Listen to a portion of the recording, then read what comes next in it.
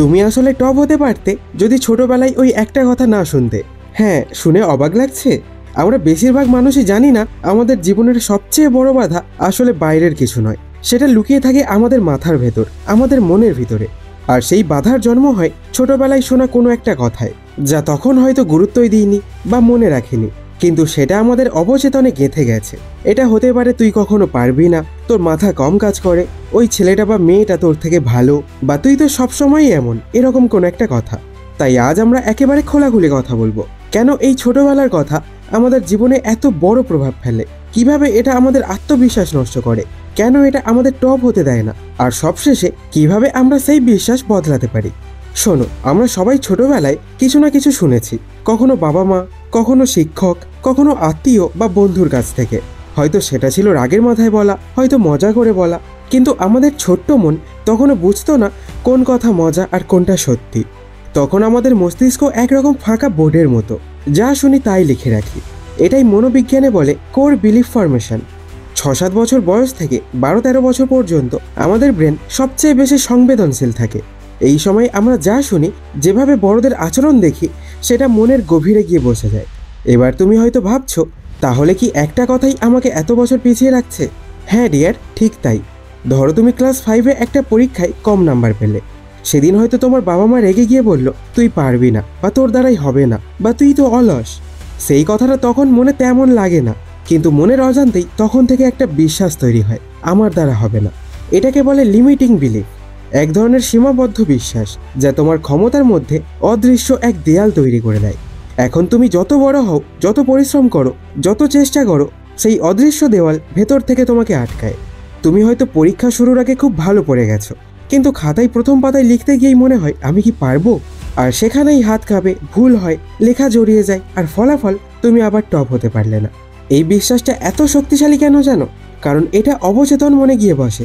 আমরা প্রতিদিন হাজারো কথা ভাবি, কিন্তু অবচেতন মন সেই কথা ধরে রাখে যা অনেকবার শুনেছি বা খুব ইমোশন দিয়ে শুনেছি।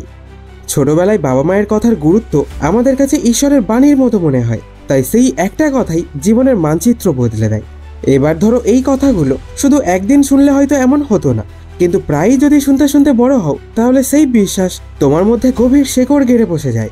তুই পারবি না, প্রথমে একদিন, তারপর বারবার। তুই অলস, প্রথমে একদিন, তারপর আরও কিছুদিন পরে আবার। এক সময় তুমি নিজের মনেই ভাবতে শুরু করো, হ্যাঁ আমি বোধহয় আসলেই পারি না।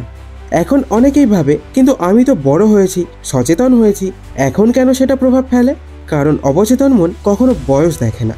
তবে তুমি এখন সচেতনভাবে ভাবতে পারো, না আমি পারি। কিন্তু অবচেতন মন, যেটা ছোটবেলায় তৈরি বিশ্বাসে ভরসা করে, সেটা বারবার মনে করিয়ে দেয়, না তোর দ্বারা হবে না। এটাকে বলে সেলফ স্যাবোটেজ, মানে তুমি চেষ্টাও করছো, কিন্তু নিজের মনেই নিজেকে টেনে নিচে নামাচ্ছ। এবার একটা বিষয় বোঝো, আমরা শুধু কথাই নয়, কাজেও এই বিশ্বাস দেখাই। যেমন যদি তুমি মনে মনে বিশ্বাস করো আমি কখনো টপ হতে পারবো না, তখন তুমি হয়তো অজান্তেই ফাঁকি দাও, সময় নষ্ট করো, মনোযোগ রাখতে পারো না, শেষ মুহূর্তে গিয়ে দৌড়ে পড়া শেষ করো, বা মনে হয় আরেকটু পড়লেই হবে বলে আর পড়ো না। তখন তুমি নিজেকে বলো, আমি তো চেষ্টা করেছি কিন্তু হয়নি। কিন্তু সত্যি কথা হলো, তোমার অবচেতন মন চেয়েছে না যে তুমি টপ না হও, কারণ সেটা তো বিশ্বাস করে তোর দ্বারা হবে না।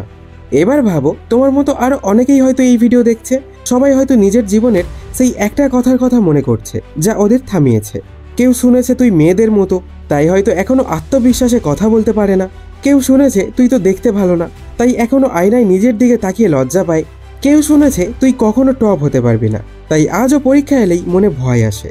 সবচেয়ে বড় ভুল হলো, আমরা ভাবি ওই একটা কথায় কিছু হয় না, কিন্তু মনোবিজ্ঞানের ভাষায় emotional scars never go away until we heal them. এই ক্ষত তখনই সারে যখন তুমি স্বীকার করো, হ্যাঁ এই বিশ্বাস আমার মধ্যে আছে। এখন প্রশ্ন, এই বিশ্বাস ভাঙা যায় কি?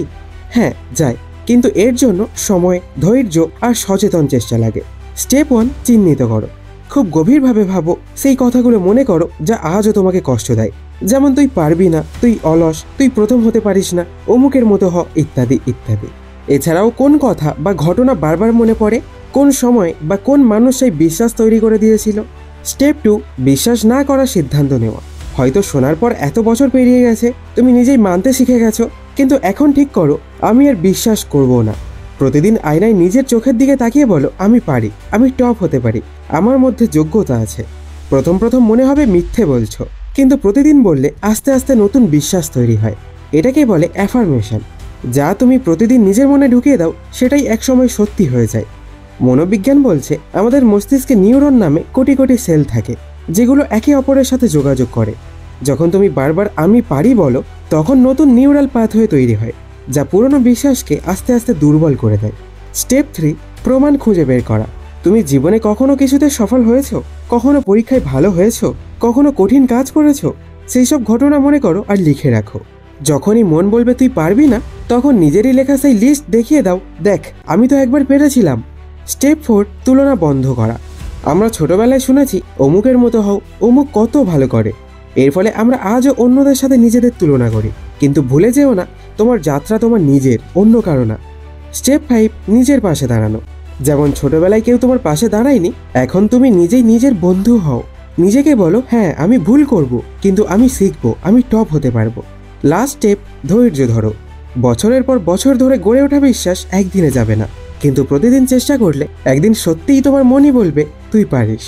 ডিয়ার, তুমি টপ হতে পারতে যদি ছোটবেলায় ওই একটা কথা না শুনতে, কিন্তু তাও তোমার কাছে আজও সুযোগ আছে এখন সেই কথা ভুলে নতুন বিশ্বাস তৈরি করার। তোমার কাছে এখনও সময় আছে। তুমি এখনও পারো নিজের জন্য লড়তে, নিজের কাছে প্রমাণ করতে আমি পারি, আমি প্রথম হতে পারি, আমি টপ হতে পারি। যদি মন থেকে বিশ্বাস করো, তাহলে এই ভিডিও বন্ধ করার প্রথম কাজটাই হবে সেই ছোটবেলার কথাটাকে চিহ্নিত করা আর নিজের মনকে বলা তুই ভুল করেছিস, আমি পারি। তুমি পারবে, কারণ তুমি এখন জানো সেই কথা আসলে মিথ্যে ছিল। টপ হতে হলে দরকার তোমার নিজের বিশ্বাস, তোমার নিজের লড়াই আর তোমার নিজের গল্প।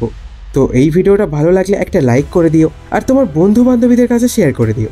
আর এমন ভিডিও আরও পেতে সাবস্ক্রাইব করে রাখতে পারো। তাহলে দেখা হচ্ছে নেক্সট ভিডিওতে। তাই ভালো থেকো, সুস্থ থেকো, ধন্যবাদ।